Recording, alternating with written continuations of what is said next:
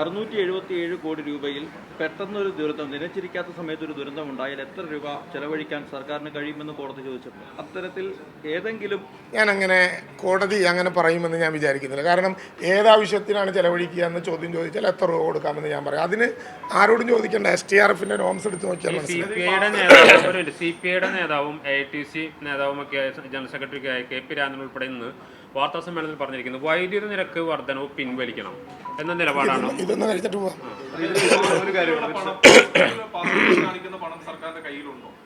എന്താ അങ്ങനെ സംശയം?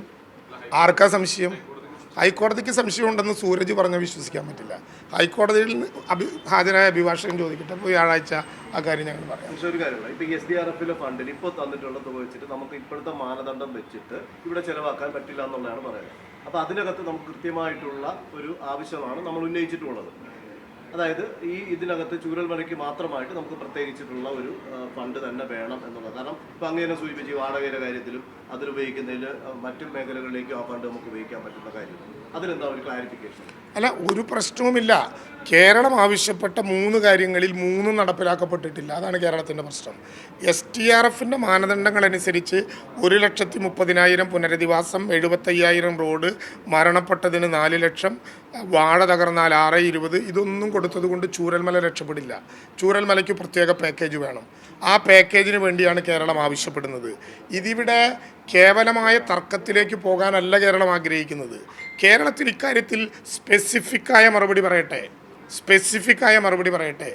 STRFിൻ്റെ ഫണ്ടിൻ്റെ മാനദണ്ഡങ്ങളിൽ നിന്ന് അധികരിക്കുന്ന ചെലവിൽ കേരളത്തെ സഹായിക്കാൻ കേന്ദ്രം ഉദ്ദേശിക്കുന്നുണ്ടോ? ഇല്ലെങ്കിൽ ഇല്ല എന്ന് മറുപടി പറഞ്ഞോട്ടെ. STRFിൻ്റെ മാനദണ്ഡങ്ങൾ അനുസരിച്ചിട്ടുള്ള പണം മാത്രമേ കേരളത്തെ പോലൊരു സംസ്ഥാനത്തിന് ഞങ്ങൾ തരുള്ളൂ എന്നാണ് മറുപടിയെങ്കിൽ അത് പറഞ്ഞോട്ടെ. കേരളം മറ്റു വഴി നോക്കും. ഒരു കാരണവശാലും ഒരാളെയും അനാഥമാക്കില്ല.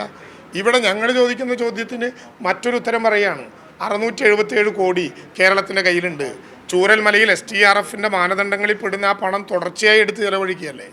തുടർച്ചയായി എവിടെയെങ്കിലും തടസ്സം ഉണ്ടായിട്ടുണ്ടോ? ഒരു പ്രയാസവും ഉണ്ടാകില്ല. പക്ഷെ മാനദണ്ഡങ്ങളപ്പുറത്ത് ചൂരൽമലയിലെ മനുഷ്യൻ്റെ കണ്ണീര് തുടയ്ക്കാൻ ഒരുപാട് സഹായങ്ങൾ വേണ്ടി വരും. അതാണ് മഹാഭൂരിപക്ഷവും. അതിനു വേണ്ടിയുള്ള പണം അഡീഷണൽ അസിസ്റ്റൻ്റ് തരാൻ കേന്ദ്രം ഉദ്ദേശിക്കുന്നുണ്ടോ ഇല്ലയോ? അത് പറഞ്ഞാൽ പ്രശ്നം. ഇനി വൈദ്യുതി നിരക്ക് വലിയ രീതിയിൽ പ്രതിഷേധം ഉണ്ടാവുന്നുണ്ട്. അപ്പോൾ ഇന്നിപ്പോൾ CPIയുടെ നേതാക്കൾ തന്നെ പരസ്യമായി അത് പിൻവലിക്കണം എന്ന നിലപാടെടുത്തിട്ടുണ്ട്. എന്താണ് മന്ത്രിയുടെ അഭിപ്രായം? ഞാനിപ്പോൾ പ്രത്യേകിച്ച് ഒരു അഭിപ്രായം പറയുന്നത് അക്കാര്യത്തിൽ ശരിയല്ല. എന്താണ് KP രാജേന്ദ്രൻ പറഞ്ഞതെന്ന് മനസ്സിലാകുന്നില്ല. പൊതുവെ ആളുകൾക്കിടയിൽ നിന്ന് ഏത് വർധനവുണ്ടാകുമ്പോഴും സ്വാഭാവികമായിട്ടുള്ള ആവശ്യങ്ങൾ ഉയരും. ആവശ്യങ്ങൾ ഉയർന്നാൽ അക്കാര്യങ്ങൾ ബന്ധപ്പെട്ട ആളുകൾ പരിശോധിച്ച് അവർ തന്നെ അതിനാവശ്യമായിട്ടുള്ള മറുപടി നൽകും. ഓക്കെ.